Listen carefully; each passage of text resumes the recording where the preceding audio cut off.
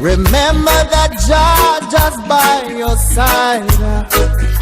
For I was a soul who was lost, and my life was in dismay. For among evil forces in which I played, guns and ammunition were my chosen way of life. With God-fearing people I chose to strive.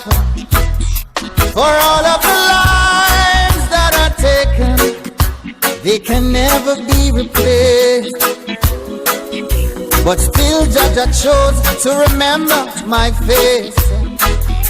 Though I never lived like he wanted, 7:58 and counting. I'm full of what he taught me. So now I beg and plead, I'm on my bending knees. God, Father, you rescued me. I've got the scars to show. Don't forget, as you come on, just share the link. Just share the link, alright? Cause when my life got dark, he was the only Rest of the show. The light at the end of the We'll begin at the top of the hour. When I was a young boy, Standing by. growing up in Augustown. As you come on, ladies and gentlemen, share the link, alright? Share the link. We were irons all around. From 7:59 and counting. From Rockers to Chris Whilby Show. Tire. Caribbean Vibes Radio Network. River all around. Covering the globe like no one else can. And then the football ground became a battlefield. Gonna be here with you until 10 o'clock this evening. People were falling all around. But It's gonna be gospel music. Ground only Because it's gospel vibes. help me to stand my ground. Gospel Thursday. I never lived like he wanted. I was It's gospel all the way. he taught me. So now I beg Tell a friend to tell a friend. on my bending knees. Cause Father, you rescued me. And That Vibes Master is live on your radio. I sure barely made it along life's road. Cause when my life got dark, he was the only spark. The light at the end of the road. Oh, It is 8 o'clock never lived to please him. and time for us to rock. I should.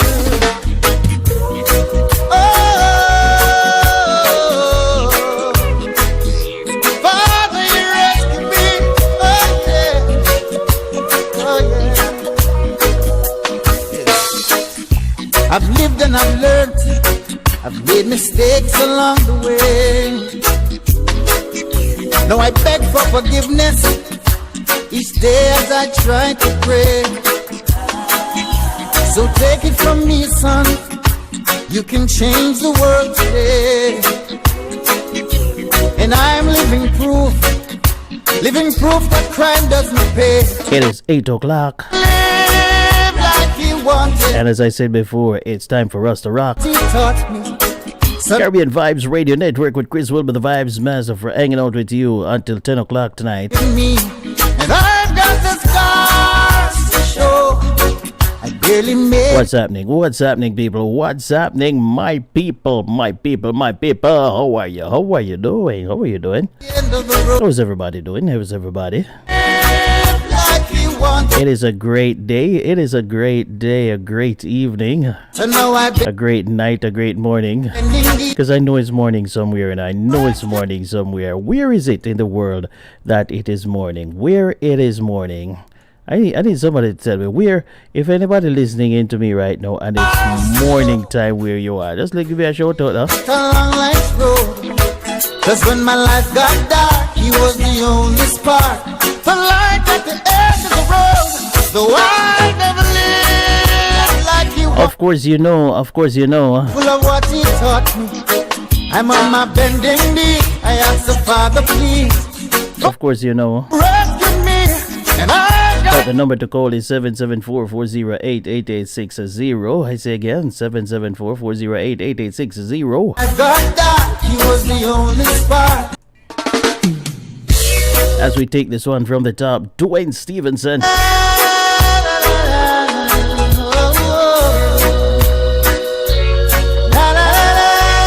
It's a jungle out there.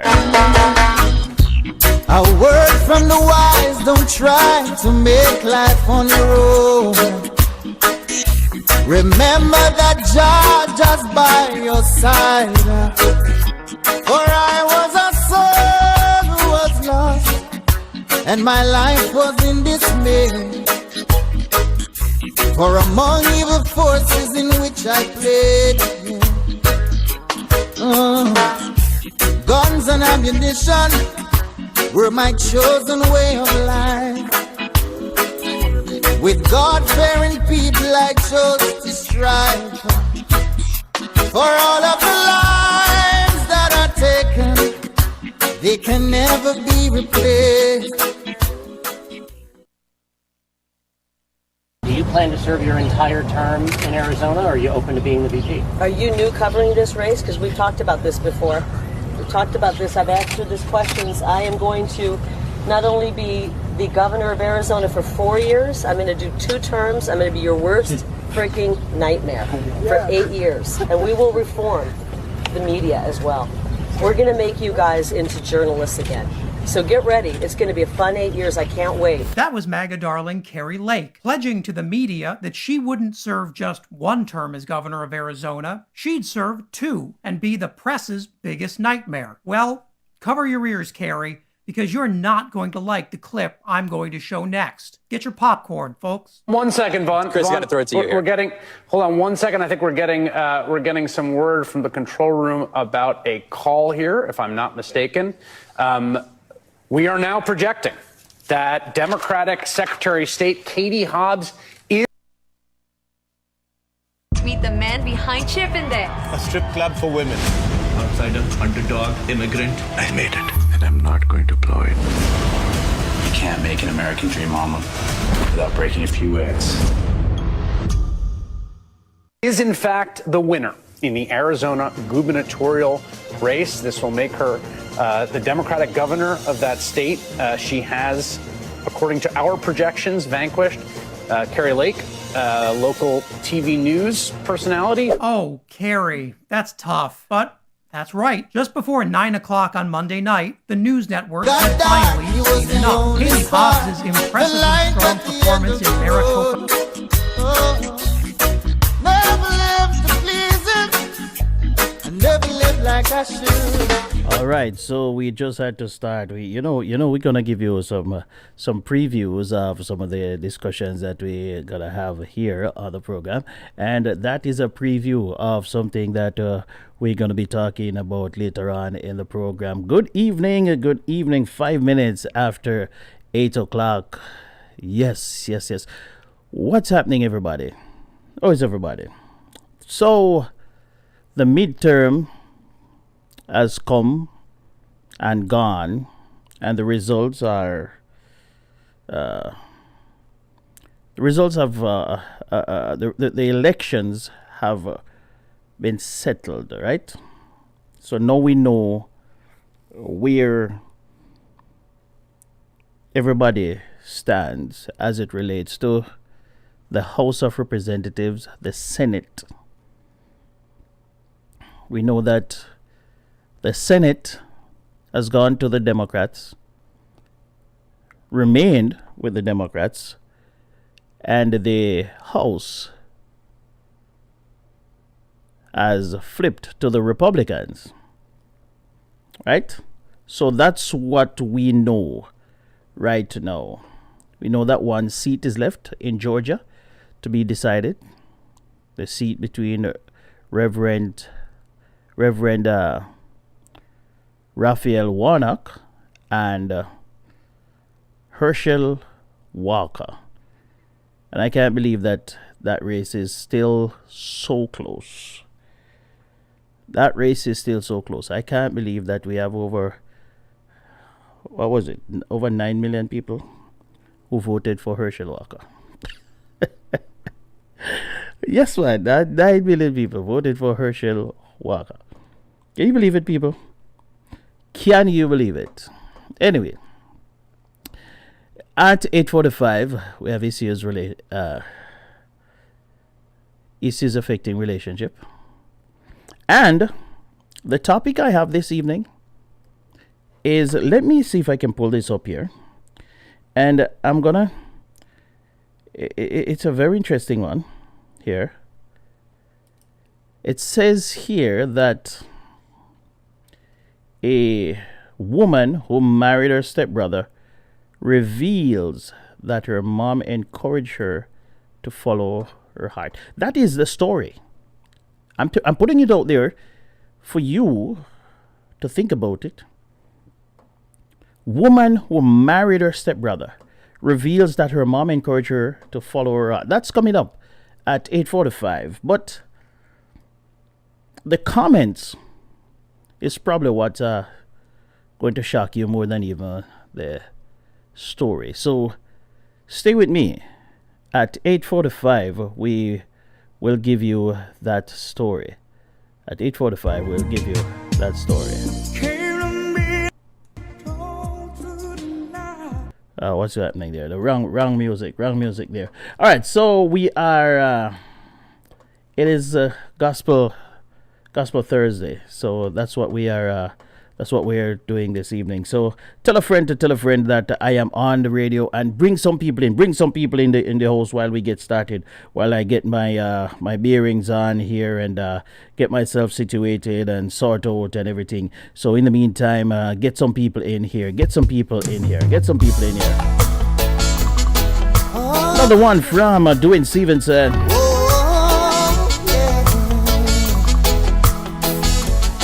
And then we're gonna go right into some more gospel music. Right? 9 minutes after 8 o'clock.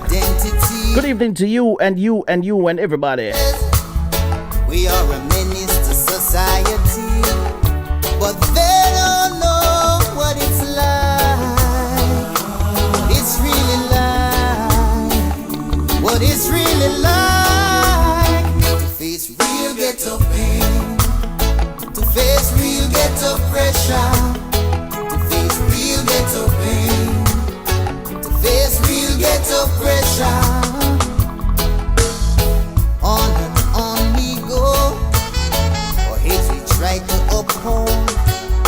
Our brothers turn to crime, killing each other for a dime.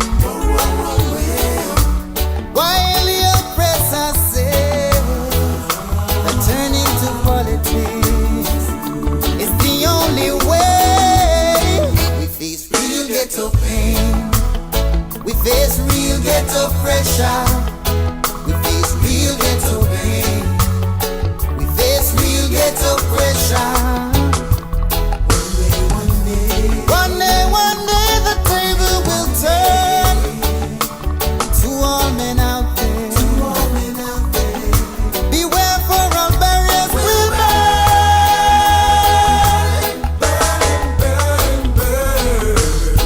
On and on we go, our hate we try to uphold. Our brothers turn to crime, killing each other for a dime. While the oppressor says that turning to politics is the only way. We face real ghetto pain, we face real ghetto pressure, we face real ghetto pain, we face real ghetto pressure.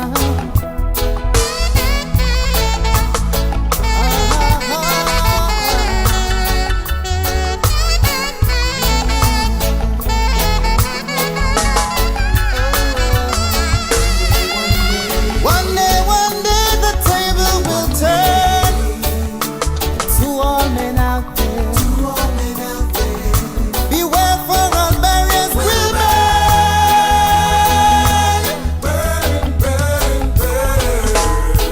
On and on we go, hate we try to uphold.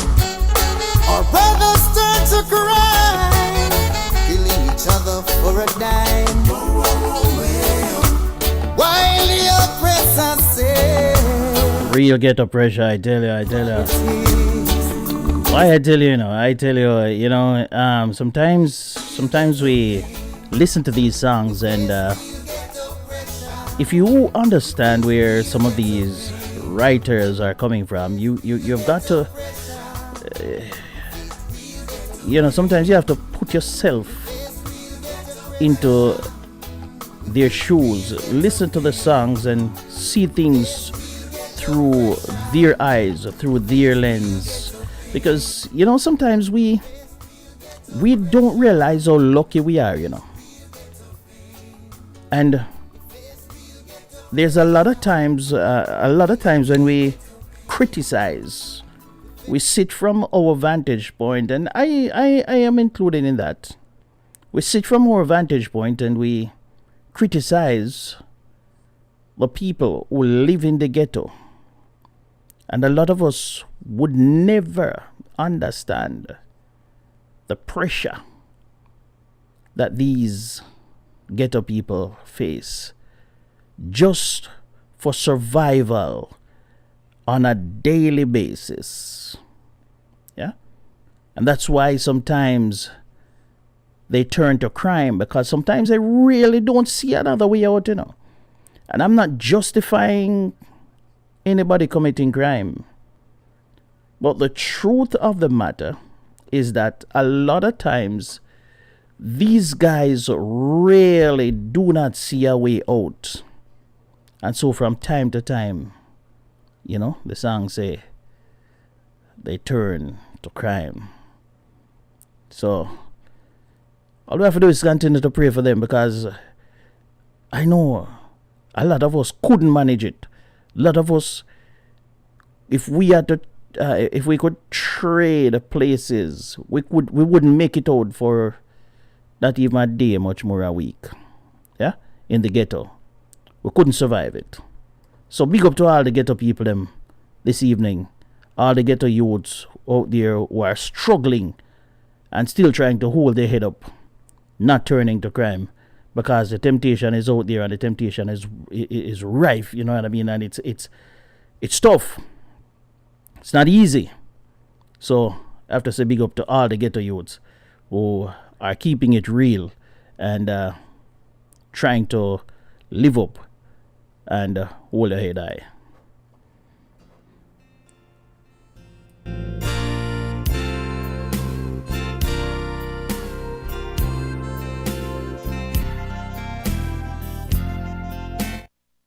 Uh, 15 minutes after 8 o'clock.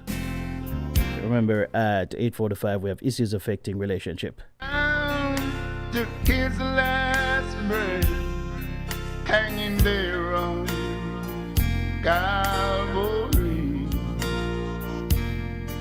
when he turned to the master, said, "Have mercy on me."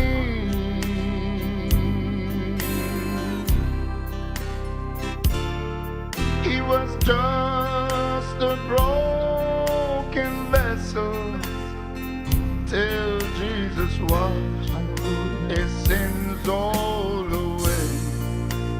'Cause there's not one broken vessel that God cannot mend.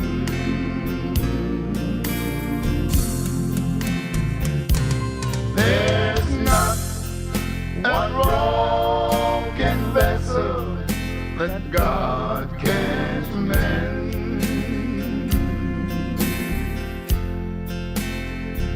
And when the whole world turned their backs on you, He will be your friend.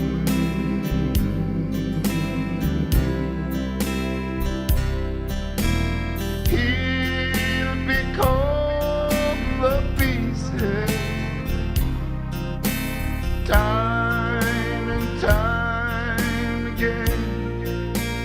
For there's not one broken vessel that God cannot mend.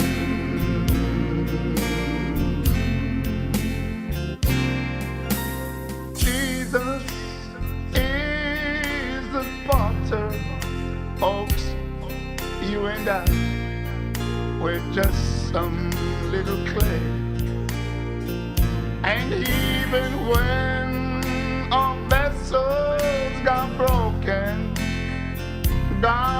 never throw the clay away.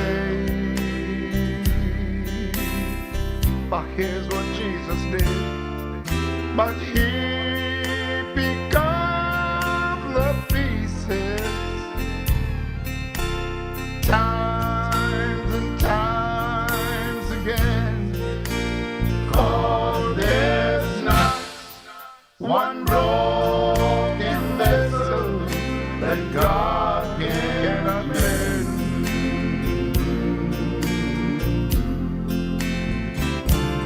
There's not one broken vessel that God can't mend.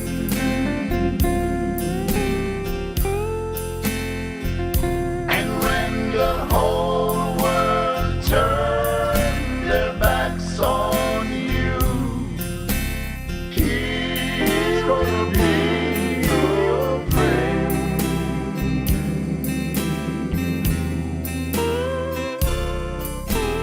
He'll pick up the pieces times and times again. Sister Carol says, There's not one broken vessel. until you walk in a man's shoe, you can never know his pain. I tell you, that is absolutely true, my sister. That is absolutely true. You know, sometimes it's easy. It is so easy for us to criticize and to talk about people. And we have no idea of their pain. We have no idea of their real situation. We have no idea how these people survive on a day-to-day basis, how they exist. We have no idea. But this evening I want to say, I want to remind some people, that some of us are very, very fortunate. Some of us are very fortunate that we have never known hunger. Some of us, we don't know what it is like to be hungry and need food. So while we talk and while we make our criticisms, and sometimes they are valid criticisms, we still ought to be mindful of the fact that not everyone is as fortunate as we are. Not everyone was born as fortunate as we were. So we need to take that into consideration sometimes when we are criticizing people, yeah?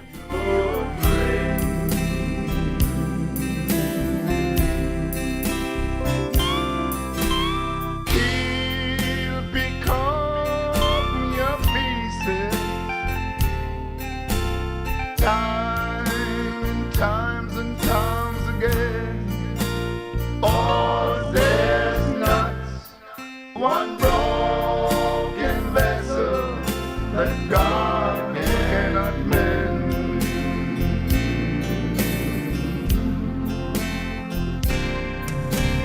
He'll pick up the pieces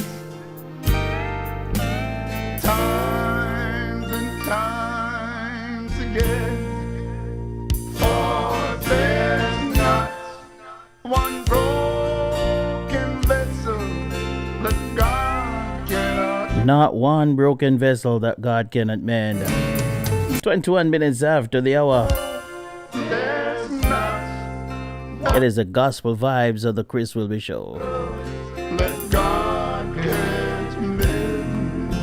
I tell you, not one broken vessel, not one broken vessel that God cannot mend. It is gospel music all the way up to 10 o'clock. And in between that, we have our discussion and with little talk and whatever. So you can give me a call anytime throughout the program, 774-408-8860.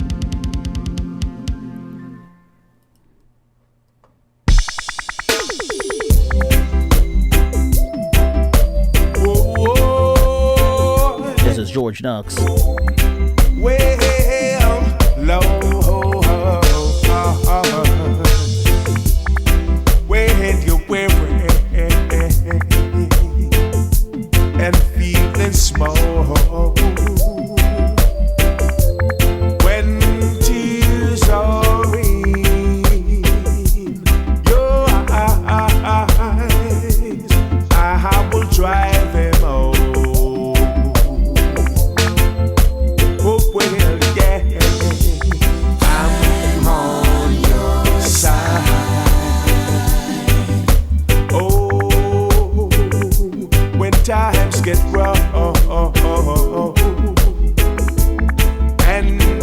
want to say good evening to all those who are tuning in, all those who have it locked on Caribbean Vibes Radio Network, covering the globe like no one else can.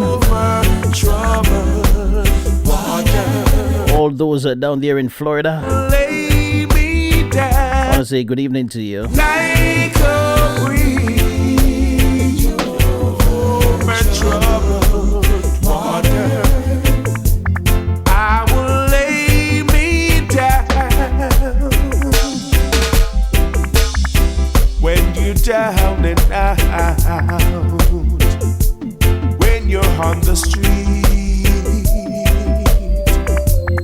when evening falls so hard, I will comfort you, woman. I'll take your part. Oh, when darkness comes and pain is all around, like a breeze over troubled water, I will lay me down like a breeze over troubled water. I will lay me down. Sail on, silver bird, sail on by. Your time has come to shine. All your dreams are on their way.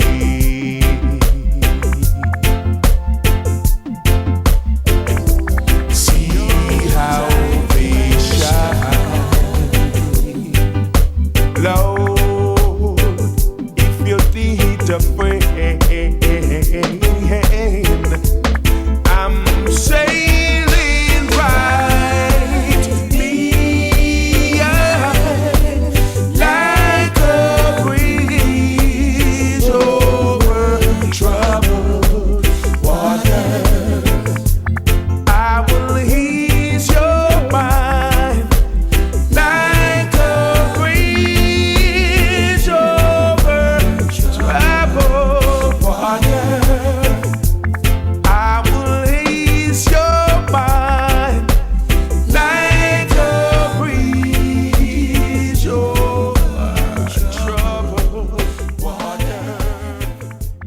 I will ease your mind.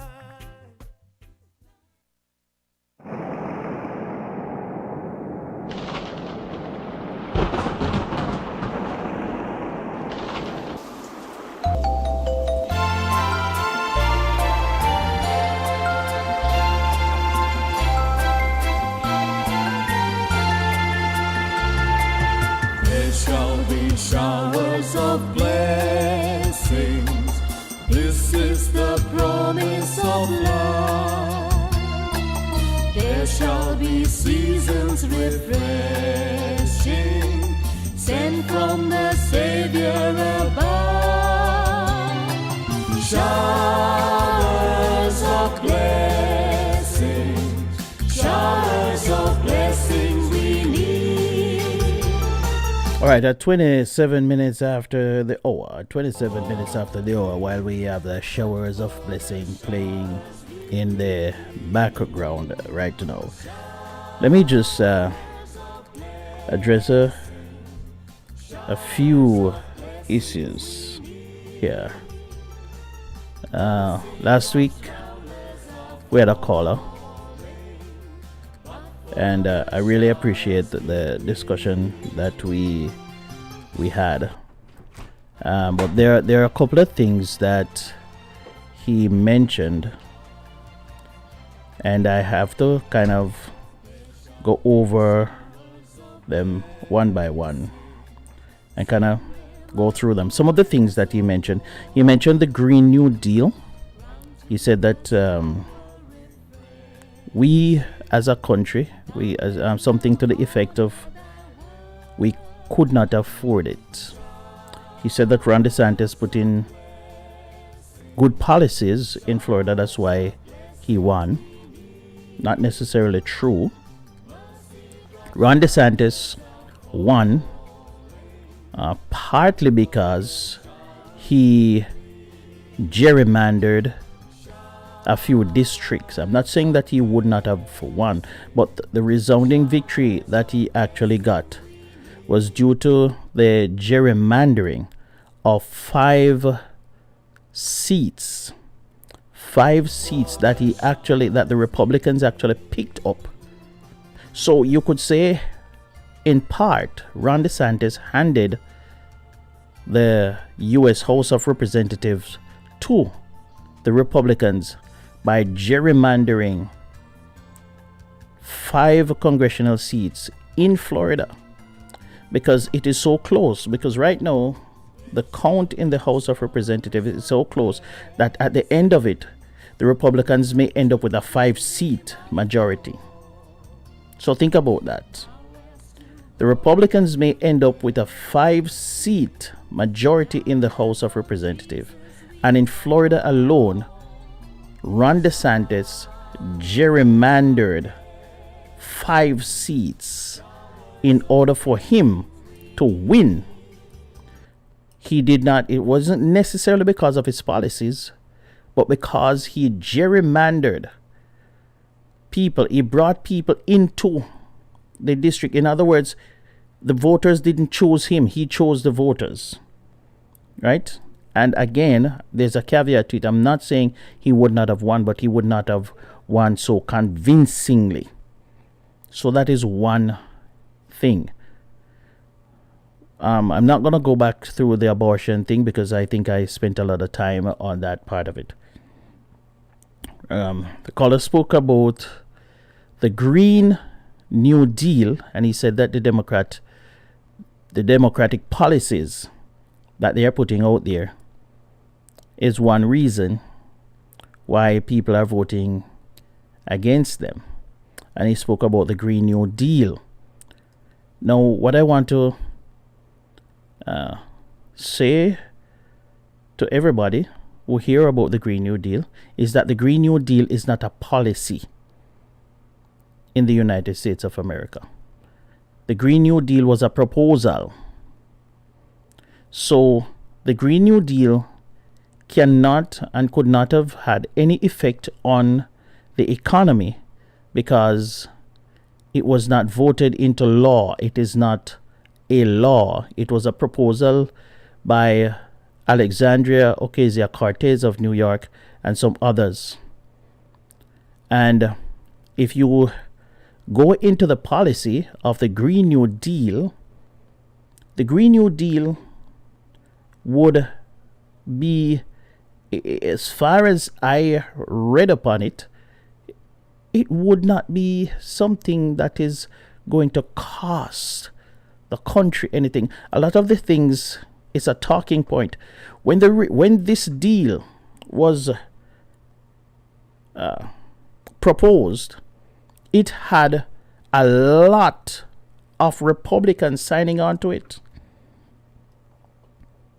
A lot of Republicans. I'm going to go back and see if I can find the exact number. But it had a lot of Republicans signing on to it because they thought it was a good proposal. But one of the things that is killing us in this country is politics. Because the Democrats, the Republicans will never give the Democrats any what do you call it? They will not allow them any victory. I'm trying to find the exact word. But they will not allow them to score any political points, any political victory on any proposal that they make. And so because of that, even if the proposal is one that is awesome, one that is good for the economy, one that is good for the country, the Republicans are going to come out against it because politically, if they agree with it, then the Democrats are going to benefit, and vice versa. But to a larger extent, this is what the Republicans do. And from my vantage point, I believe that the Democrats have they have better ideas and better proposals to help the economy and to move the economy along. So, when the Green New Deal came about, it had lots of Republicans co-sponsors. But Fox News came out against it and they started to criticize it. And all the Republicans, they ran to the hills because they did not want to be seen as supporting something that the Democrats are proposing. So that those are some of the issues and some of the things that are happening in this country is that people tend to just listen to the echo chamber that they are in, and they believe everything that comes out of the mouth of their representatives. They do not think about a lot of things on their own. If you listen to Herschel Walker over there in Georgia, you'd be embarrassed. You'd be embarrassed. I don't understand how people of Georgia is going to try to vote for Herschel Walker. I really, really do not know how that part of it go. But I tell you, it's just mind-boggling. It's mind-boggling that people in Georgia are thinking of voting for Herschel Walker, right? So those are some of the things that I can remember from the discussion we had. I haven't gotten a chance to listen back to the program. Unfortunately, I've been very, very busy this week. So each time I said I was going to go back and try to listen back to the program to pick up on some of the points so I can rebut them. But I haven't gotten a chance to listen back to the program last week. So those are just a couple of the things that I remember from the discussion. And then the abortion issue, where the caller said that he wanted some form of restriction and some form of abortion. And I do not want the government to be in people's lives like that. Because once you get the government in there, you can't get them out. So the government, and if you notice, and I'm going to shut up after this. It's 8:36. If you notice, the election came, and there are some narratives out there. I don't really subscribe to some of the narratives that I hear. I hear a lot of people are saying that the Democrats won, and the Republicans are claiming victory because obviously they won the House. But I don't think I think the American people won. And what I believe is happening is that the American people is saying, because I think it was a split decision, no party won this election. Because the Democrats held the Senate, the House, and the White House. And now the Republicans are going to hold the House, but by a slim margin. The Democrats are going to hold the Senate either by 50-50 or by a one-seat majority. So if you look at that, you cannot, in your mind, if you are a fair person and you are really analyzing the situation, you cannot say that any party won. What you would say, if you are going to be fair, is that the American people rendered a split decision because they believe that both parties need to come together and govern. But that's never going to happen because these guys are never going to come together.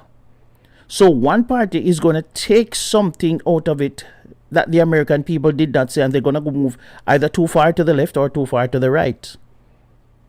And then when the next, if you notice, the American people, they have been sending signals to the electorate has been sending signals to these guys on a long time, for a long time, that they want them to work together. When Donald Trump came into power, it was as a result of years of gridlock and nothing was getting done. And they decided that to hell with both of these guys. I don't want none of the who are in politics forever. I don't want them. And they went for an outsider. That was an experiment, and that experiment failed badly, disastrously.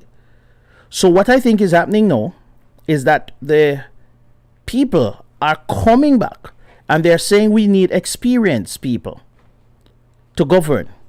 And they went for Joe Biden. They need experience and they need a steady hand. They went for Joe Biden. Donald Trump, under his presidency, it was chaos. It was chaotic. The people voted him out after one term. They said, nope, we don't want this. He continued his chaotic nonsense after the election, after he lost, and he called in some crazies to come run for Congress. He called in some crazies to run for Congress. And all the high-profile crazies that were running around and talking about election was stolen, all of them, they lost. All of them lost. And the American people are saying, we don't want crazy. We want to go back to a stable foundation. We want people with common sense to govern. So it's like the pendulum had swung from one end of the spectrum to another, from Barack Obama, who was cool, calm, and collective, to Donald Trump, who was crazy as heck, and back to Joe Biden, who is almost docile. And now they're saying, we want you guys to work together. But I guarantee that people are going to take the wrong message out of it, and we are going to have people who are acting crazy, because people who get the host, they're going to believe that they got a mandate, and you're going to have all kinds of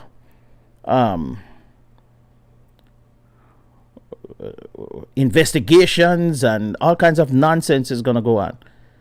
So the verdict is still out as to what's going to happen in 2024. So that's my take on the entire election 2022. And I don't know. What's your take on it? What is your take?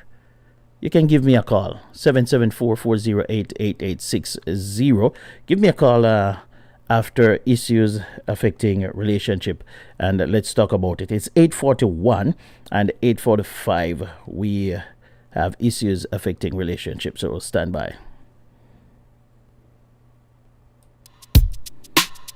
Somebody say I say I'm gonna reach my destiny. Reach my destiny.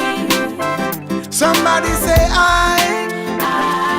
I'm gonna reach my destiny. Reach my destiny. Alright then, heights of great men reach and kept were not attained by sudden flight. But while their companions slept, they were toiling through the night. One can chase 1,000, two put 10,000 to flight. Hotter the battle, sweeter the victory. Keep your goals in sight. My steps are ordered by God, I'm walking in His will. Any weapon rise up shall surely journey. Opposition evident, I'm holding on still. With Christ I must win slowly but surely. Oh yes, I'm gonna reach my destiny. Reach my destiny. No evil can stop me. No way, cause my destiny I see. my destiny I'll see. So from the love of the Most High God, come tell me what can separate. Neither life nor death, principalities, powers, bad mind, grudge, full or hate. Alright then, cause in his choosing he chose me.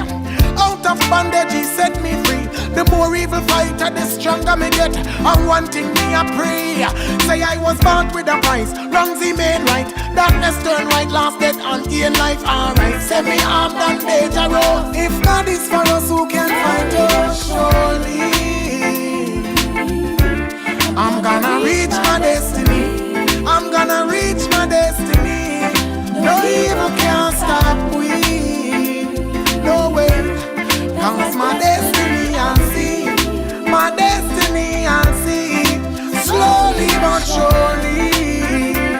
Oh yes. I'm gonna reach my destiny.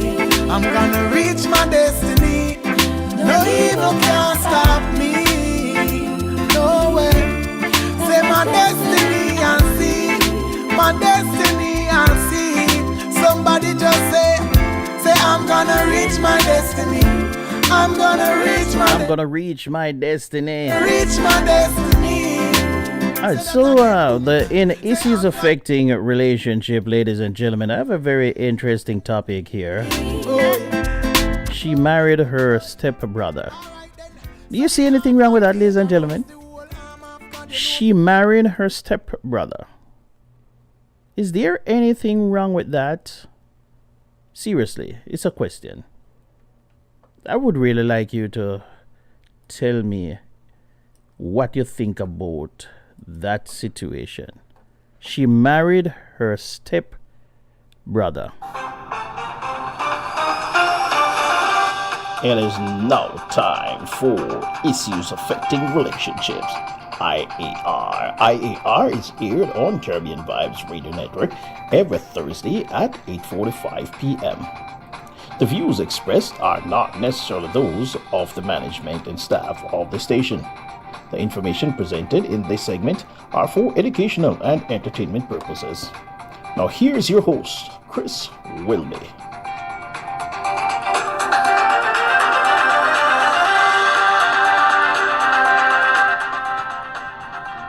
Yeah, so it's that time. Time for issues affecting relationship. And all right, so let me go to the article here. And the other, as I was saying, it says woman who married stepbrother reveals that her mom encouraged her to follow her heart. And I'm gonna tell you what the comments say, because the comments are probably a little bit more interesting than the article itself. A woman who married her stepbrother was encouraged to follow her heart by her mother when she was in doubt about pursuing the relationship. Now, Matilda Erickson, 23 years old, says that she never considered marrying till she met Samuel, 27 years old, who is also her stepbrother. The pair met on her mother's 50th birthday and were instantly attracted to each other. But their parents married in 2019, making them step-siblings, due to which they hesitated to pursue each other, fearing the relationship would be illegal. But eventually, they succumbed to the attraction.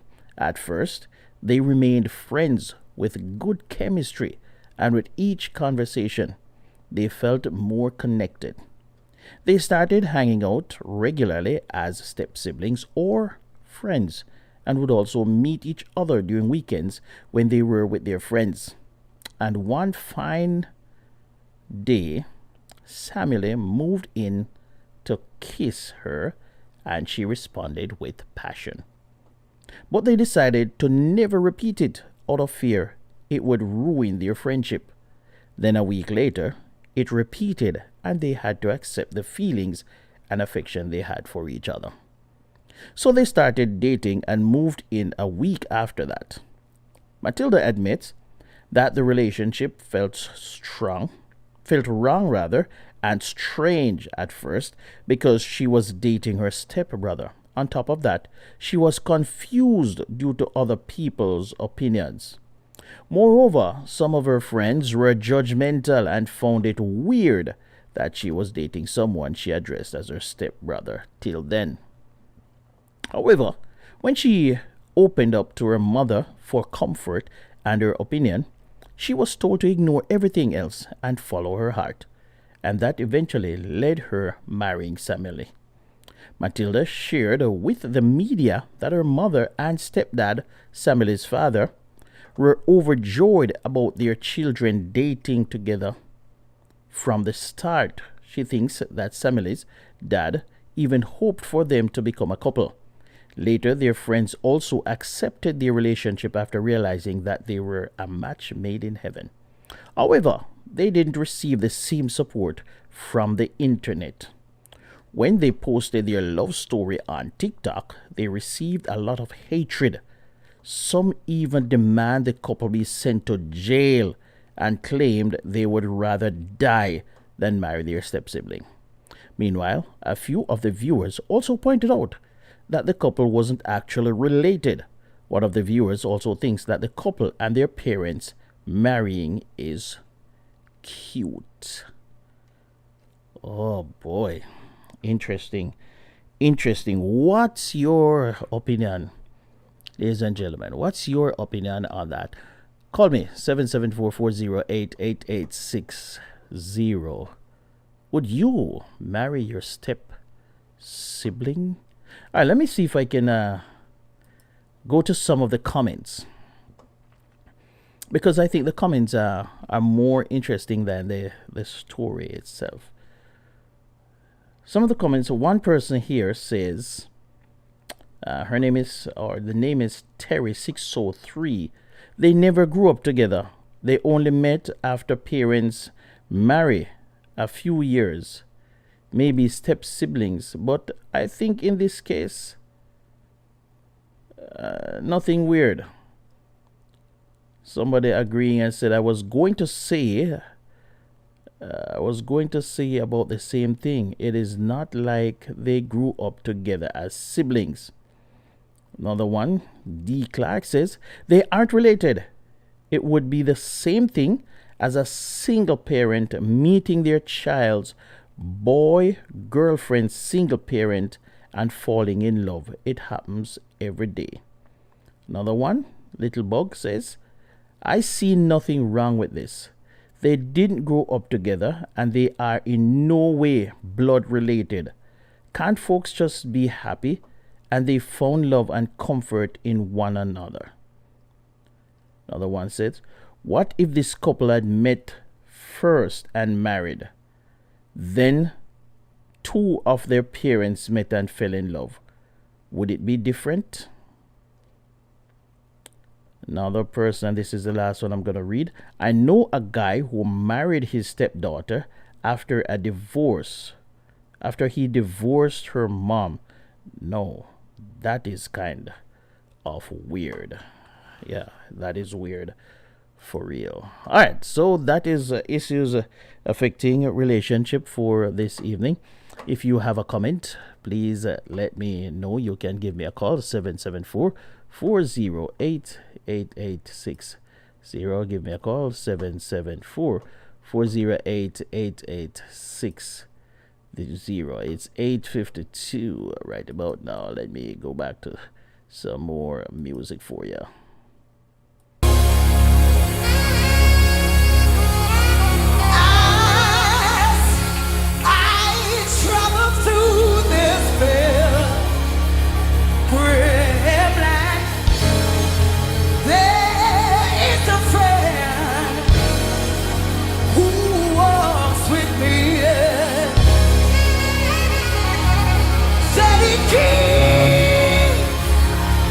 Beside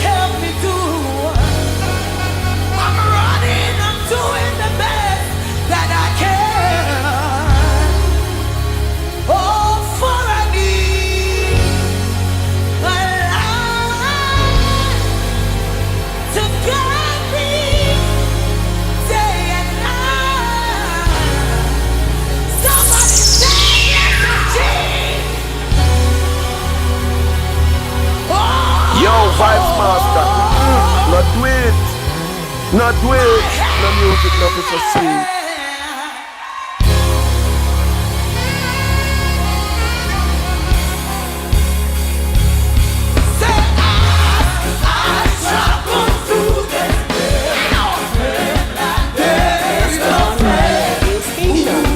Caribbean Vibes Radio, number one. Keep it locked.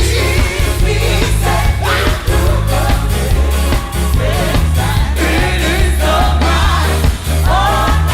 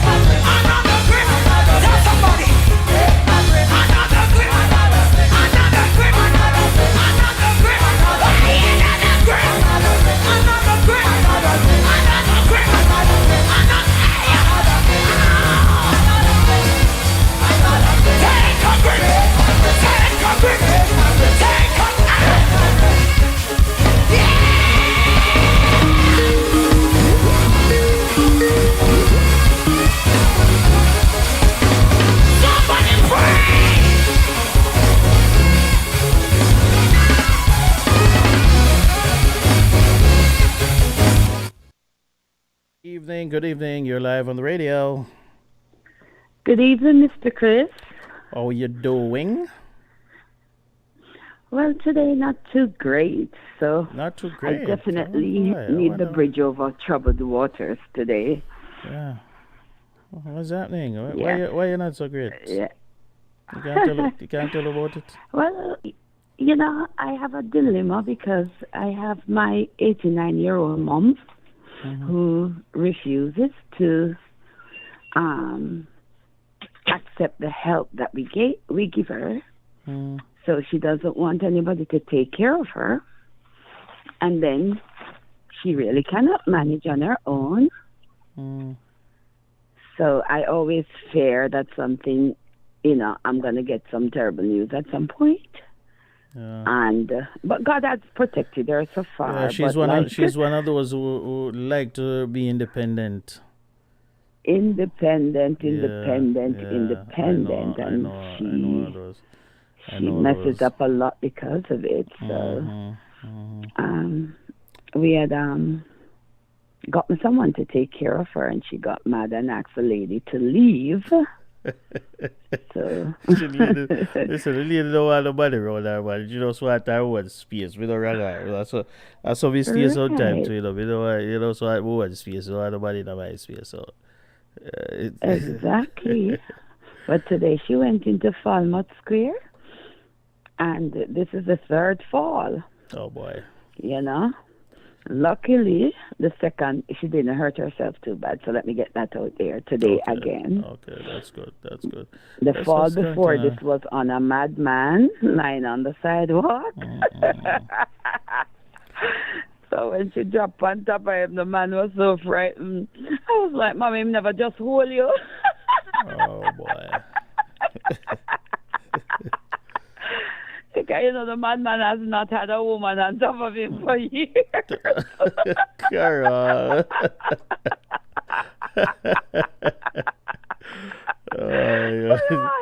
What's that? You all right, Carol? And he wouldn't let her get up. Oh boy. Oh God. But this fall today now was on the concrete, but she didn't really hurt herself too bad. Okay, that's good. Badly. 89 years old. She about good one. Well, in her mind, she still thinks she's about 30, 35, and so she operates in that way, Yeah, nothing wrong with that, because in my mind, I think I'm 16, so...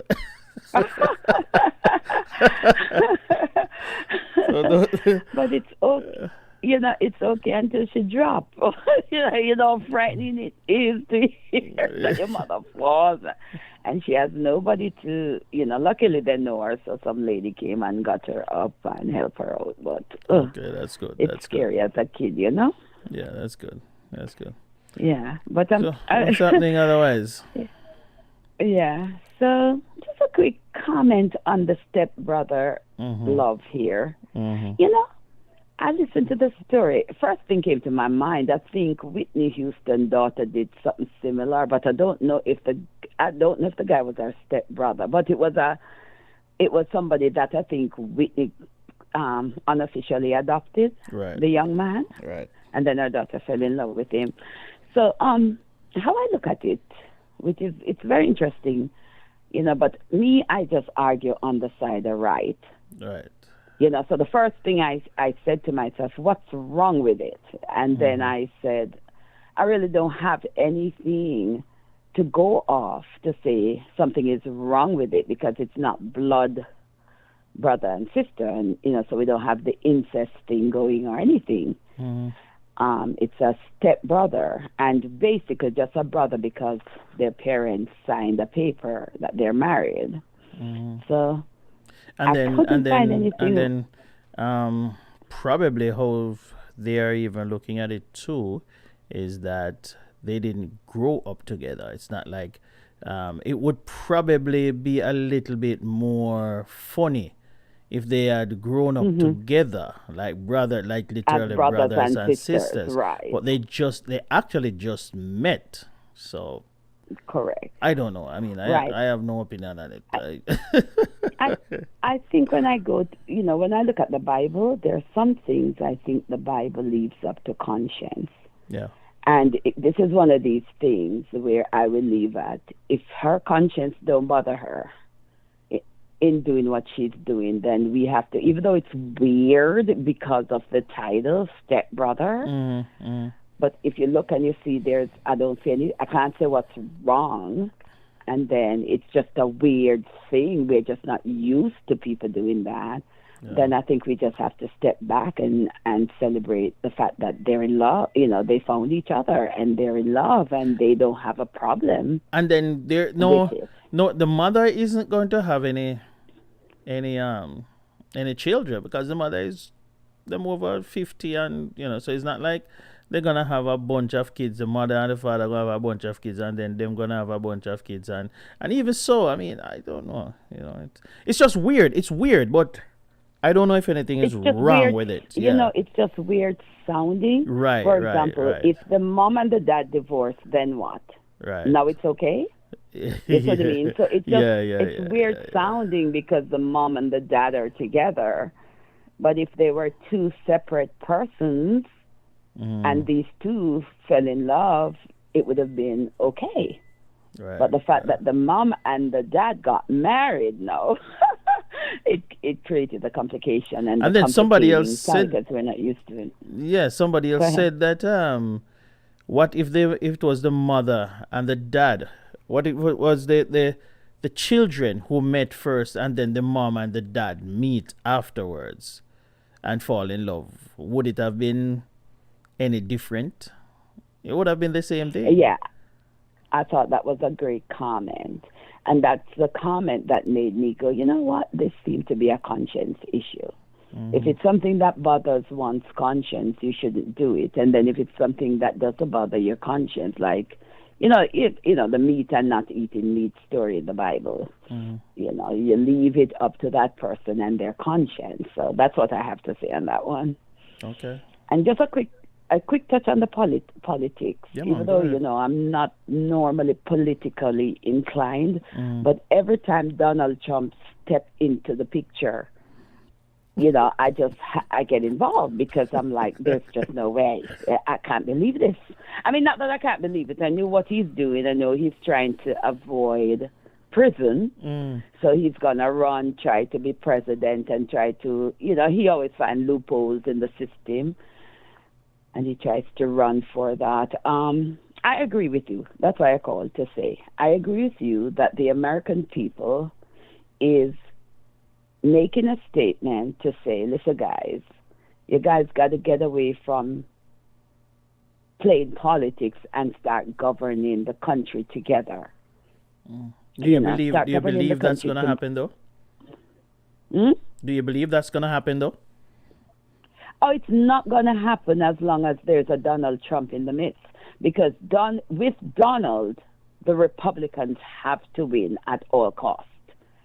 And the Republicans are going to push that agenda for the longest because there's so much dirt. There's so much dirt. So they know when they hold office, for example, they're now saying, they're going to investigate Nancy because they know that there's so much dirt on them that if the Democrats continue, who is already gone to jail for a couple of days? What's his name? Bannon? Is it Bannon that has Steve Bannon? They're beginning to, they're beginning to send quite a few of them to jail, and they're beginning to reach where they can indict Trump. So you think he's gonna indict him? Now that the Republicans have the House, I doubt it. It's going to happen, but I don't know. No, but the Justice Department has nothing to do with the House. I mean, well, the Senate, but again, it's so close. It's just going to be Republicans by one vote. Yeah, but what I'm saying is that the neither the House nor the Senate has nothing to do with the Justice Department. The Justice Department is a separate entity, and if they are investigating and they find criminality, their duty is to act. But they have found criminality, and they never act because remember, these guys are powerful guys. When Trump was president, they can't touch him. Yeah, but and they have so much politics that they have to fight. So it's very, you know what I mean? In other words, yes, but they're supposed to be, fair. They're supposed to be apolitical because the Justice Department is supposed to be above politics. Correct. And according to Merrick Garland, the Attorney General, he is supposed to. He said that he's going to investigate, and nobody is above the law, and he's going to prosecute if there is. Well, we will see. Remember, during impeachment, they had enough. They had enough to remove Trump from office. But remember, impeachment. I think impeachment is ridiculous. When it come to think of it, impeaching a president is ridiculous because his party, is not really going to help to vote to convict him, because you can impeach him. But to convict him, because you vote to impeach him in the House, but then to convict him, the Senate have to try the case and then convict him. And you have to have 2/3 majority to convict him.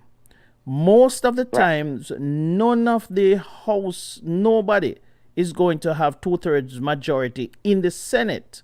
So they will have to get votes from the other side to make it up. So there is, most times, impeaching a president is like an impossible task. Impeaching him is one, but removing him from office is almost impossible because his party, the guys from the party, majority of them are not going to vote. So I see it as ridiculous nonsense. Waste of time. I don't see it as ridiculous nonsense. I just think that's what I just feel politics do not allow people to be fair and just. Because I think at one point 10 Republicans voted against Trump, with his antics and his behavior, but the rest of them just stood their ground, and they all knew he deserved to be removed from office. So again, that's what I call politics. They kept him there because of politics, because they don't want Republicans to, and they could have put somebody else in his place, but they just wanted him there for whatever reason. I have no idea. But so I don't know, but I no longer say it can't be done, because they're always firsts. We have had some firsts in this country that has surprised all of us. And Trump is twice impeached, twice. So it's like, true. Wow, so anyway, we can, so with the political side, I just hope that they will not allow Trump to run, to be the forerunner. But at the same time, I know if he's a forerunner, I believe he's gonna lose. Everybody he endorsed for the mid-election lost. Everybody. The country's. I think we are at an inflection point, because I can't say with any degree of certainty that if he runs, he's going to win or lose. Because here is the point. He still has a very, very strong following in the Republican Party. He still has his grip on the Republican Party. Now, his back may have been broken just a little bit because of what happened in the midterms, most of whom, well, let me say, the high-profile ones that he has endorsed have all lost their races. Because I think people, especially in the swing states, are saying, enough of the nonsense. We want to go back to stability. We want people to govern. We don't want this clown show continuing perpetually. So we are going to vote for somebody who is not crazy. So crazy is out the door, right? So with that said, it's a good sign. But we got a surprise in 2016, and my gut is telling me one thing, but then my head is telling me another thing. My gut is telling me that the American people is over the nonsense, but then my head, which is supposed to be smart, is saying, look, boss, it happened once, it can happen again. So, you know, I am torn between thinking that he's done, which I'm hoping he's done, but then we have to take it seriously. We have to take this guy seriously. We can't take him for a joke. We did it once, and boy, were we wrong. I think the American people did not realize they were putting in a nutcase.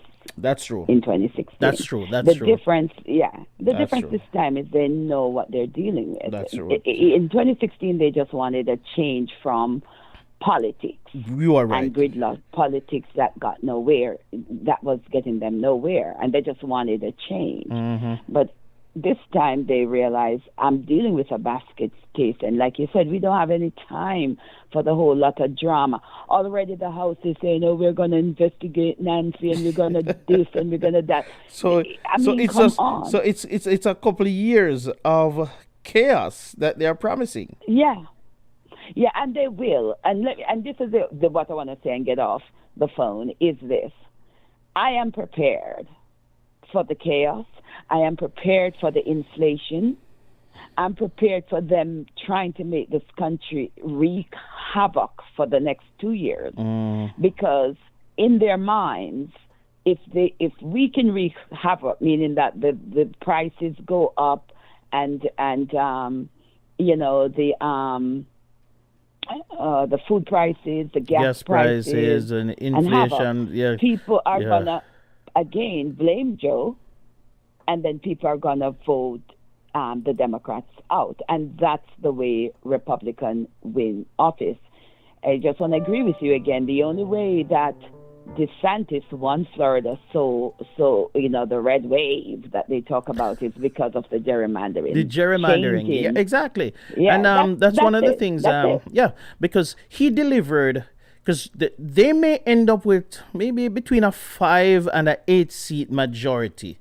And 5 of that seat came from Florida. It's Florida. So think about that. And that is why Florida is so important to Republicans, because they get a lot of counts with Florida. Yeah. So they will do whatever it takes. You know, like I told you before, you know, nobody gets the day off to go vote. You if you take time off, they take it from you.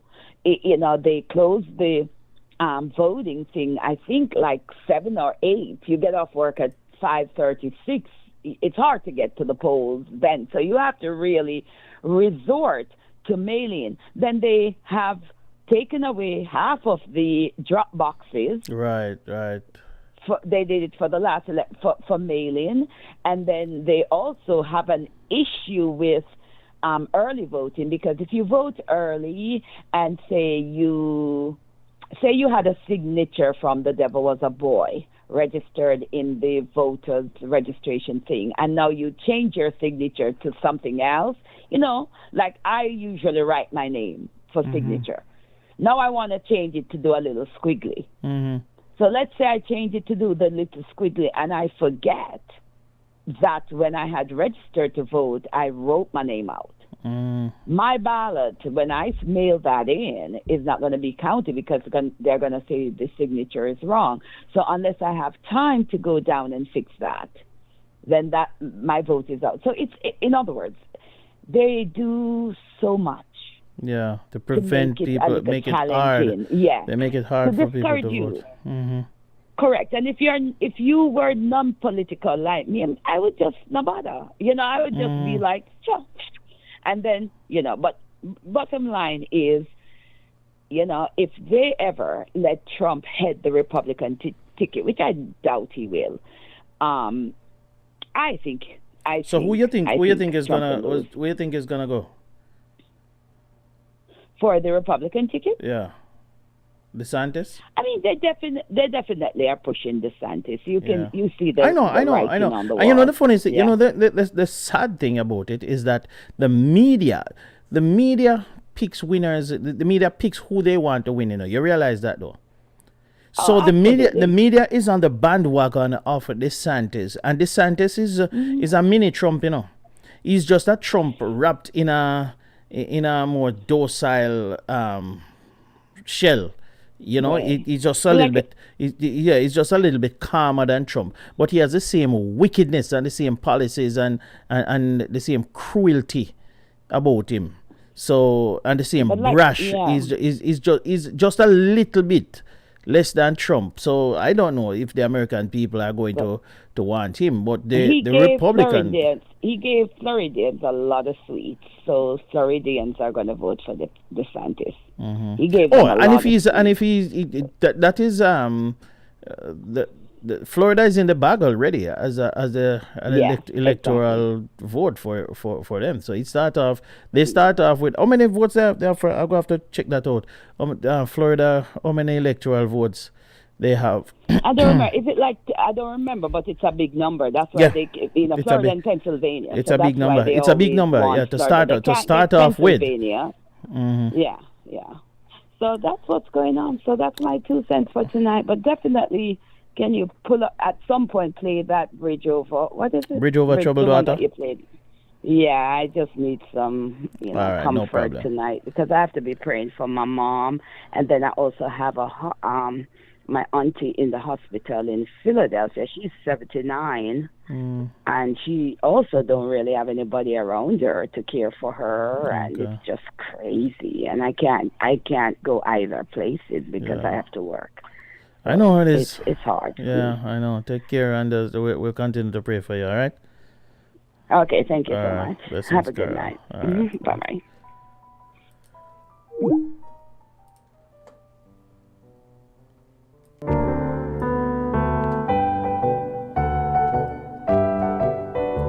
So it's Christmas, right? It's Christmas, so we have to start playing the Christmas carols now. We're gonna start playing the Christmas carols, right? So this is the first Christmas carol for the season, and we gotta play some more.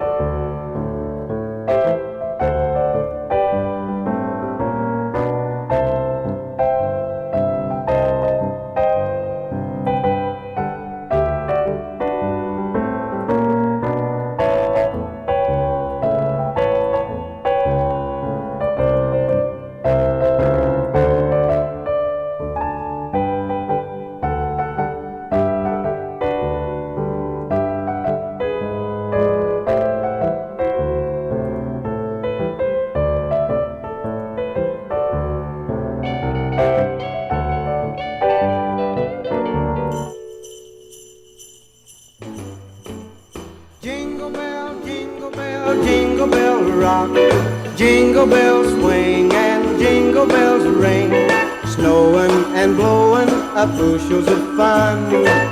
Now the jingle hop has begun. Jingle bell, jingle bell, jingle. Yeah, we are in the season. You better believe it. Bell time. So when are you going to start decorating? When are you going to start putting up the Christmas tree? Do you wait until Thanksgiving or you wait until after Thanksgiving? When do you actually put up your Christmas tree? When is the right time? When is the best time to put up your Christmas tree? You have some people, they believe that it's like a ritual. They cannot put up their Christmas tree before Thanksgiving. And then you have some people who start putting up already. I see Christmas tree start putting up already someplace, And the Christmas light, Christmas decoration. It was this morning. I was actually talking about Christmas decorations, yeah? Jingle bell, jingle bell, jingle bell rock. Because I'm going to put up my lights all around my house, yeah? Did that last year. Jingle bell square. And I'm going to do it again this year. Matter of fact, I think I'm probably if I get some good weather this year, this weekend, I am going to decorate. I'm going to decorate my house. I will put up Christmas tree, everything. If I get to, but it's getting cold, ladies and gentlemen. Getting cold out there. Gliding in the one-horse sleigh. Giddy up, jingle horse, pick up your feet. Jingle around. All right, so let me just, as we're talking about Donald Trump and going to jail and all of that, I pull up an article here. It says here that the U.S. Secret Service protection would follow Donald Trump to the slammer if he ever ended up there. Former agent said. I was saying something to that effect to somebody on this program some time ago. You know that I don't think Donald Trump is ever going to go to jail, even if he gets charged and convicted.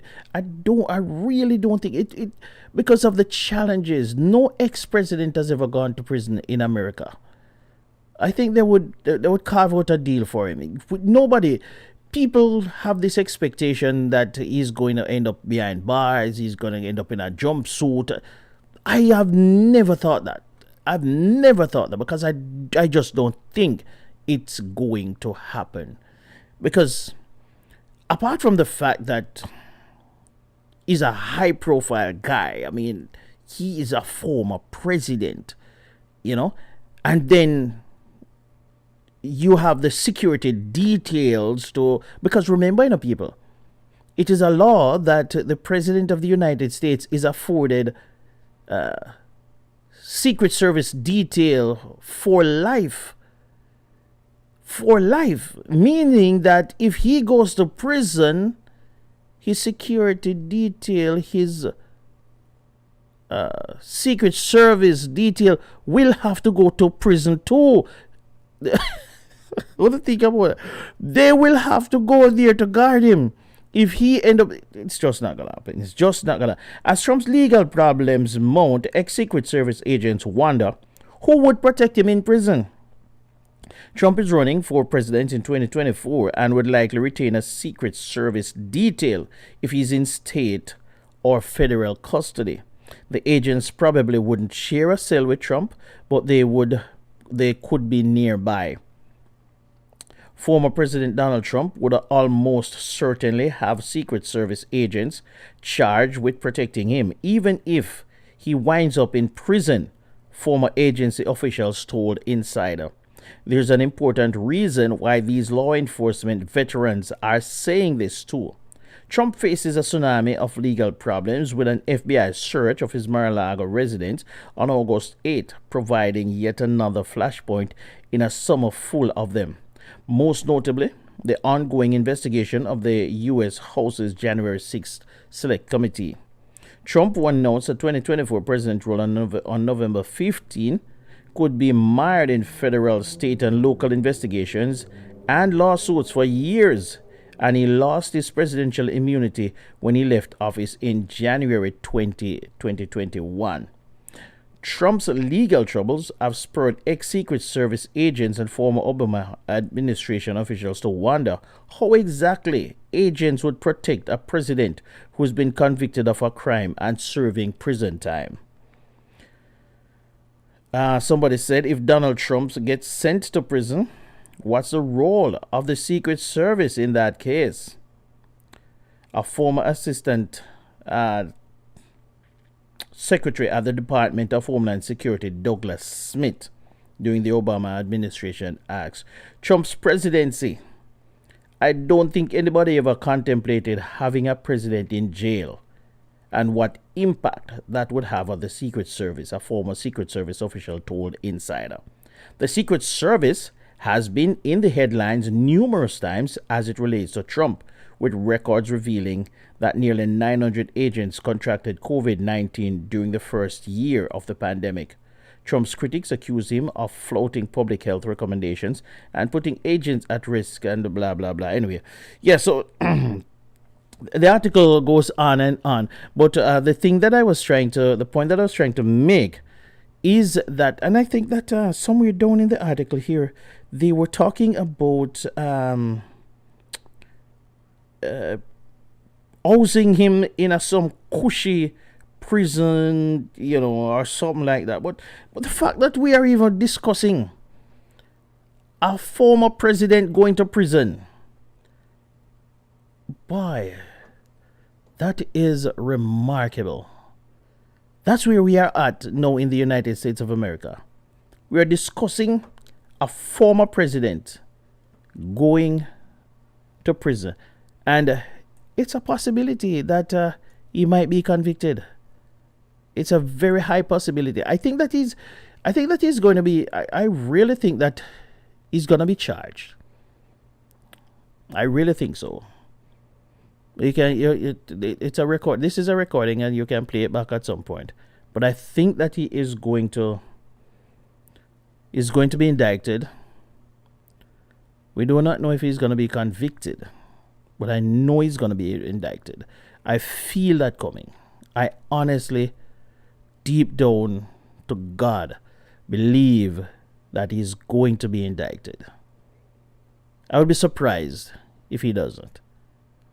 The conviction, I don't know about that part of it. All right, some more. That's the jingle bell. Some more Christmas carol. That's the jingle bell rock. Oh boy, I tell you, jingle bell.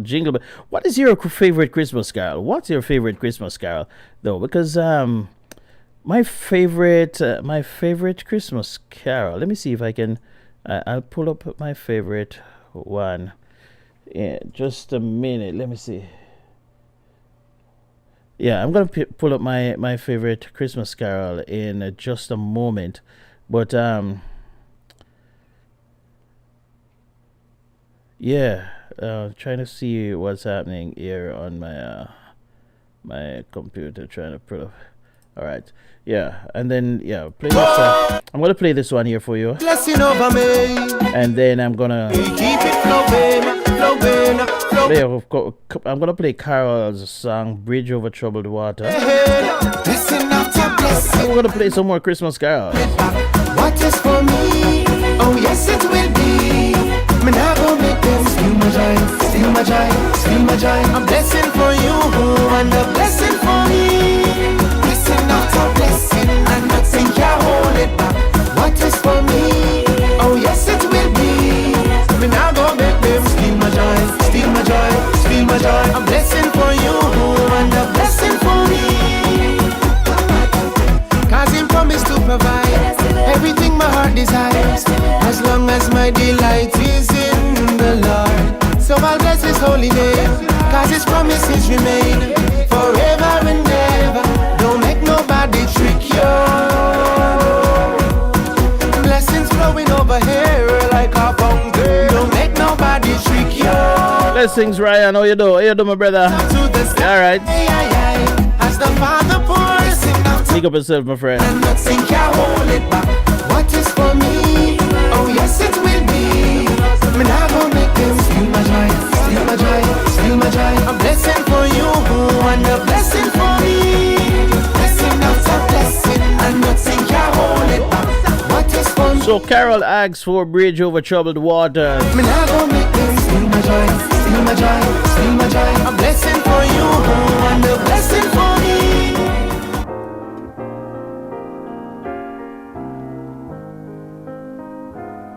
Here we go.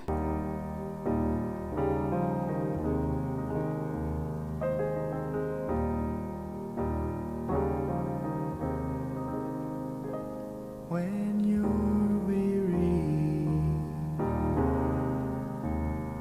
feeling small, when tears are in your eyes, I will dry them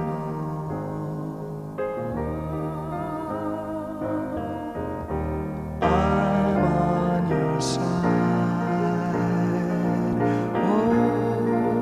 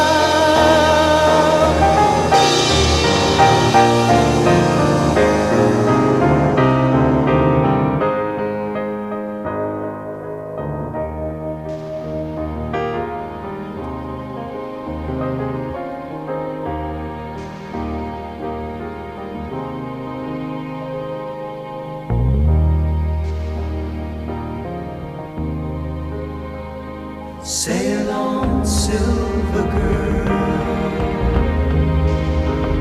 sail on by. Your time has come to shine. All your dreams are on their way. See how they shine. Oh, if you need a friend, I'm sailing right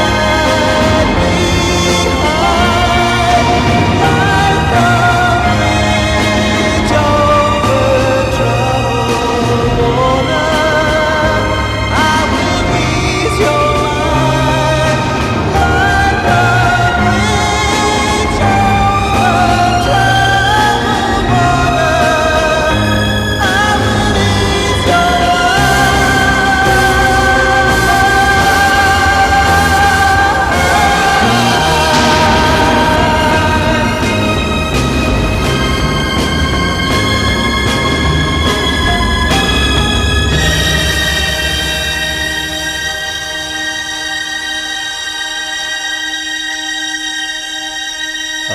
Bridge over troubled water there. Yes, man. What a voice, man. Yeah. Bridge over troubled water. And this version here is from Simon and Garfunkel. Yes. Bridge over troubled water. A lot of different versions to this song. So here's hoping that you're gonna feel a little bit better, Carol, and hope that song soothe your mind just a little bit. All right, this one here is from Vibez, Drinking from My Sauce. So you're listening in to the Chris Whilby Show on Caribbean Vibes Radio Network.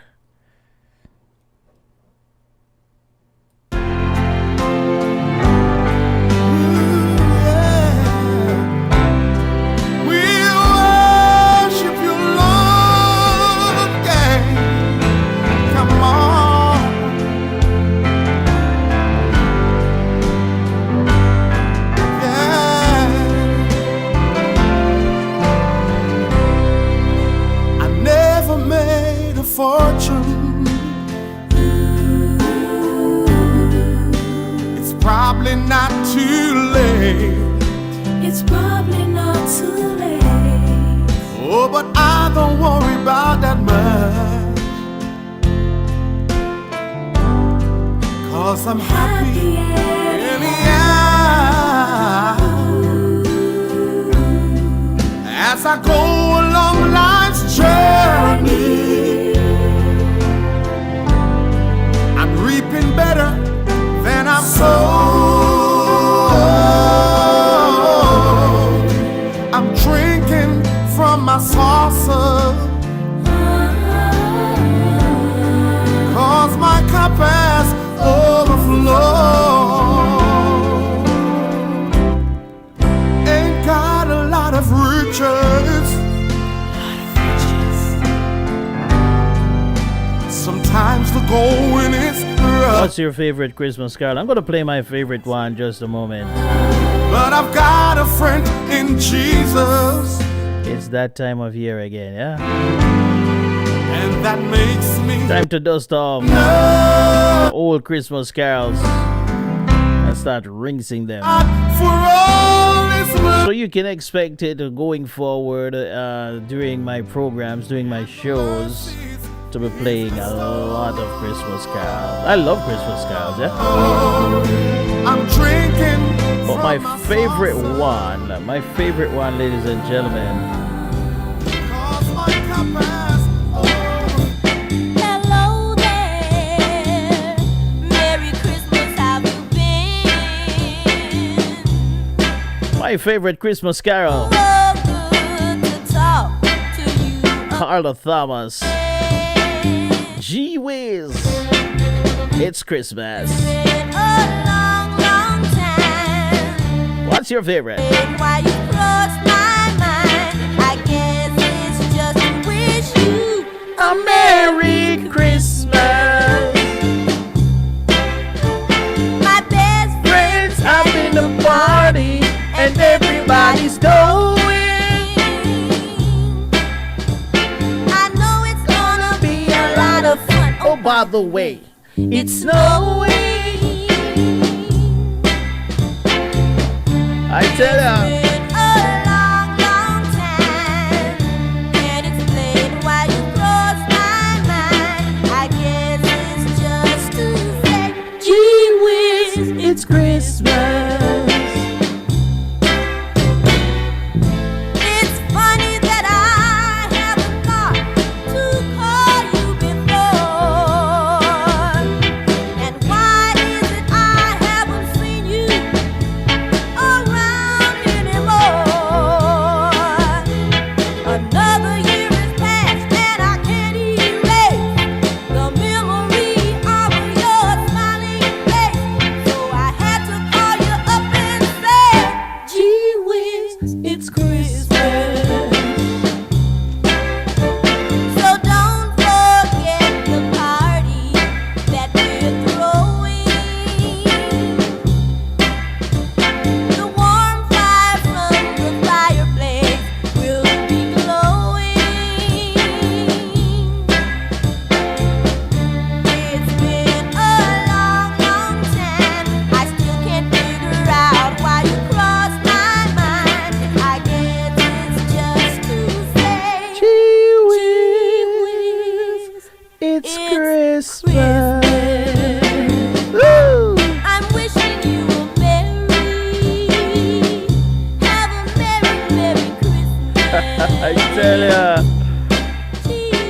Carla Thomas right there. Yes, what? I'll get a little bit more of Carla right there. My best friend's having a party and everybody's going.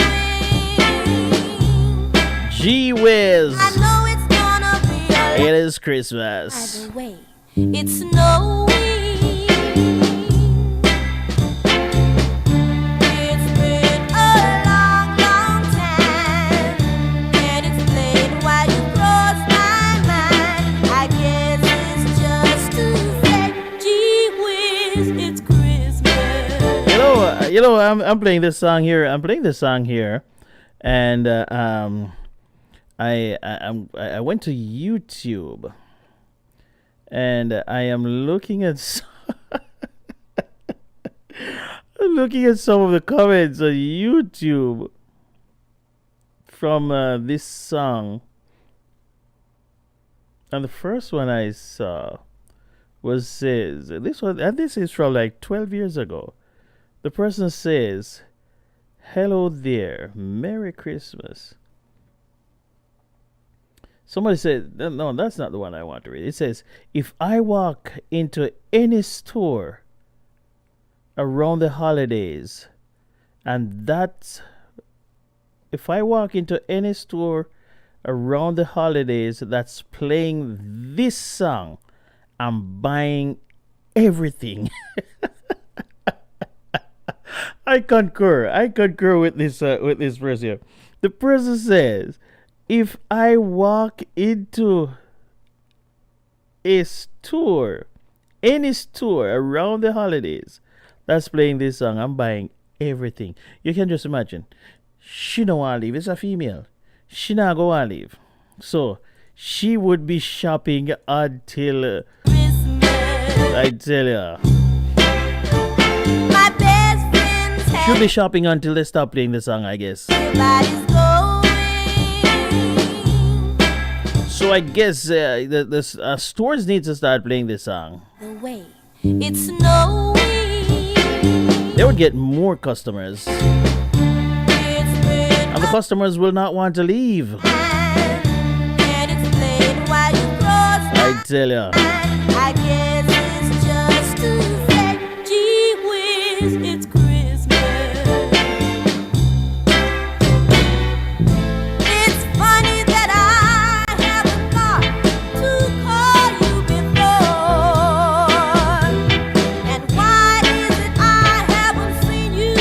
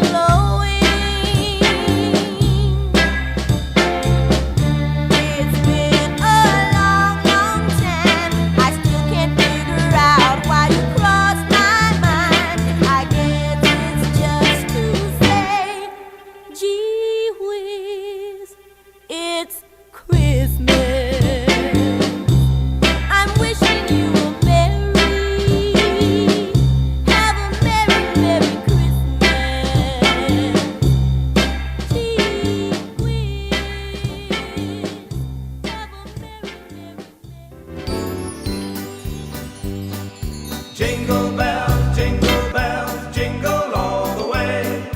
Oh, what fun it is to ride in a one-horse open sleigh. It's the beginning of Christmas. It's the beginning of Christmas right here. Jingle all the way. The beginning of the Christmas season.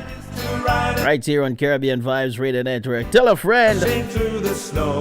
that Christmas is right around the corner. I tell All you. the fields we Come on. laughing all Oh boy. bells on bobtail ring, making spirits bright. What fun it is to ride and sing a sleighing song tonight. Jingle bells, jingle all the way. Oh, what fun it is to ride in a one-horse open sleigh. Jingle bells, jingle all the way. Oh, what fun it is to ride in a one-horse open sleigh.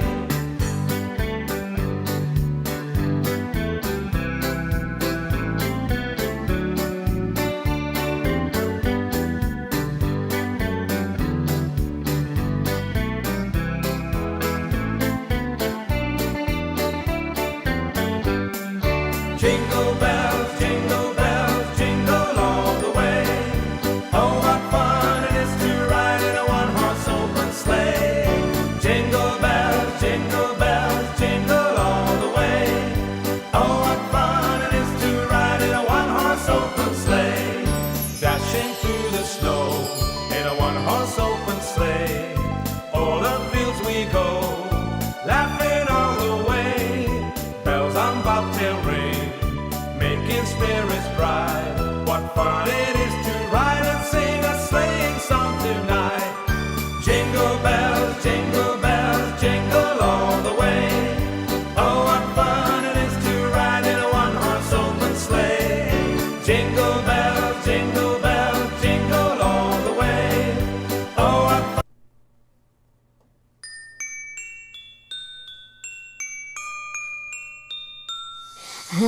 I don't want a lot for Christmas. There is just one thing I need. I don't care about the presents underneath the Christmas tree. I just want you for my own, more than you could ever know. Make my wish come true.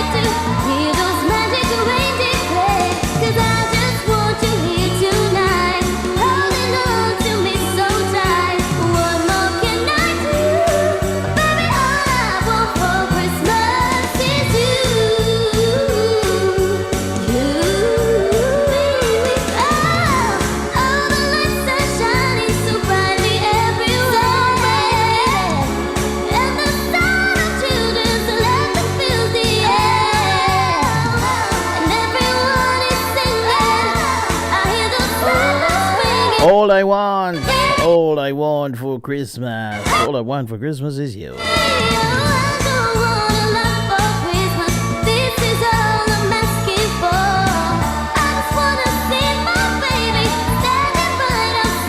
One more after this one here. One more before we get out of here.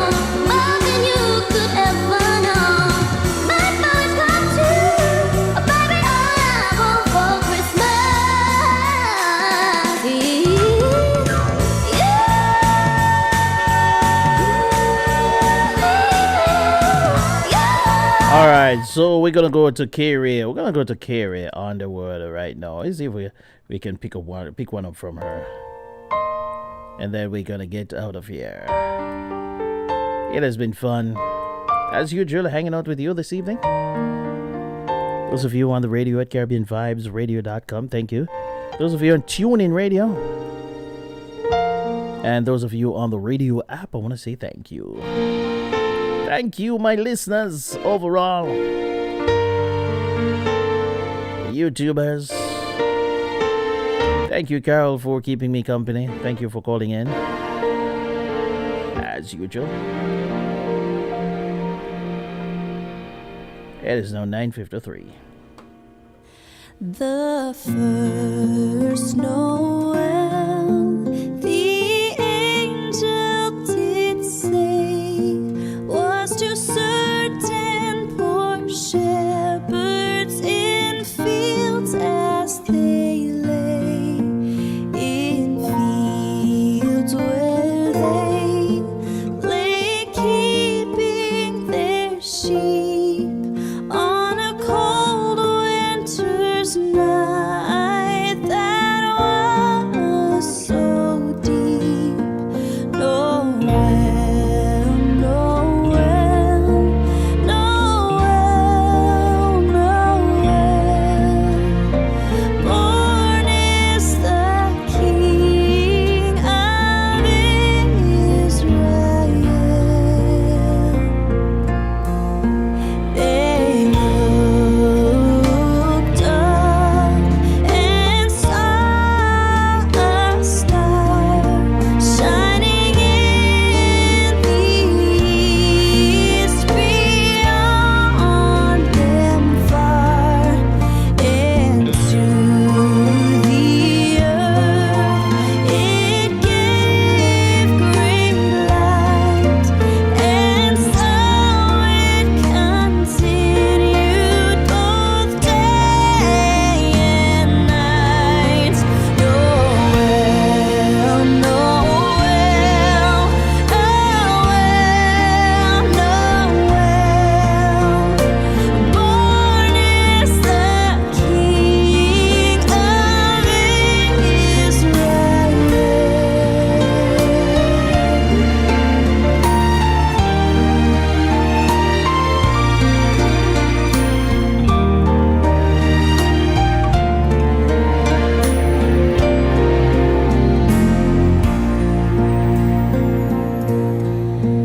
Then let us all with one accord sing praises to our heavenly Lord, that hath made heaven and earth of naught.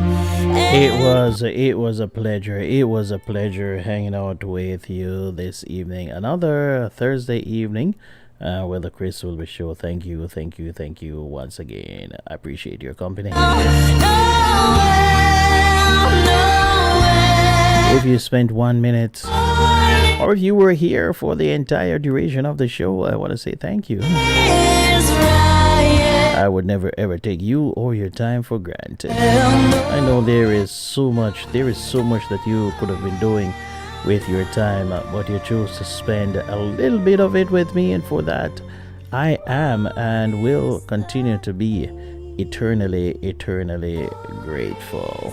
Here's hoping that you're gonna have a wonderful rest of the night, and I hope that you will have a fantastic weekend. And don't forget that I'll be back here on Sunday. Yeah, it's just the 2 days, it's just the 2 days that I have.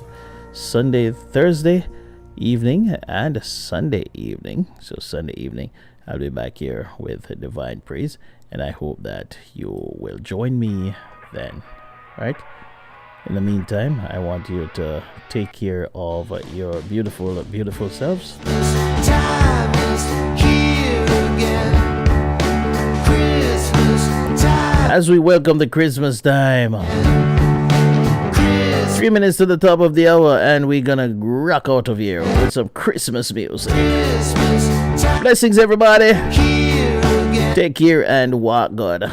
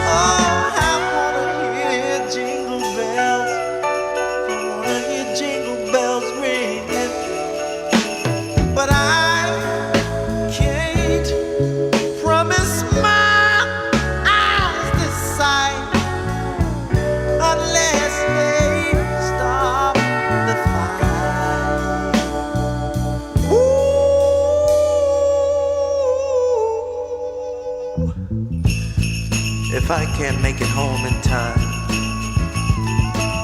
I know you'll be keeping my spirits bright by wearing my name and trying to stop this fight.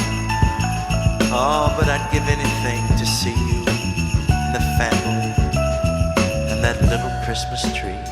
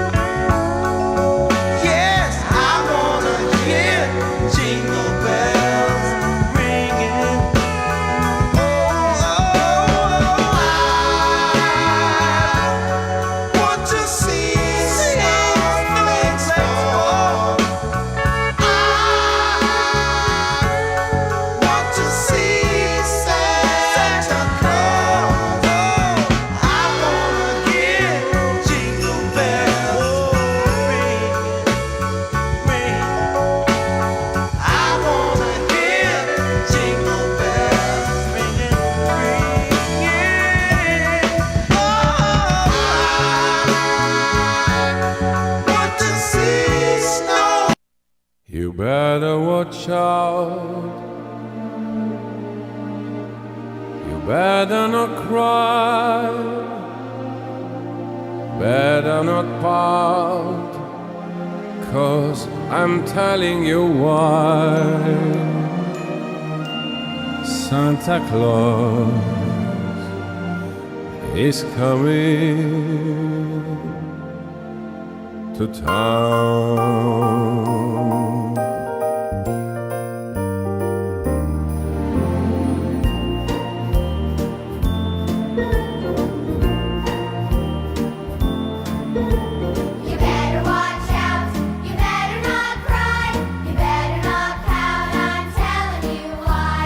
Santa Claus is coming to town. He's making a list, checking it twice. Who's naughty and nice? Santa Claus is coming to town. He sees you when you're sleeping. He knows when you're awake. He knows if you've been bad or good, so be good for goodness sake. You better watch out, you better not cry, you better not pout, I'm telling you why. Santa Claus is coming to town. He sees us when we're sleeping. He knows when you're awake. So be good for goodness sake.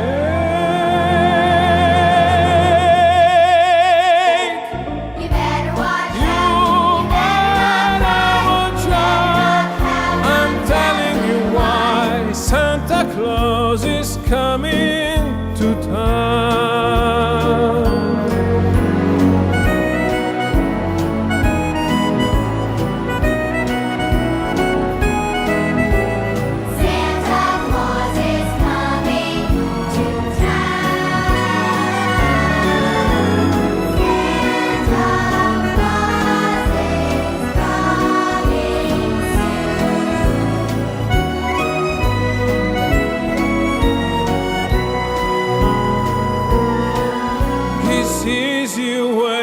Sleeping, he knows when you're awake.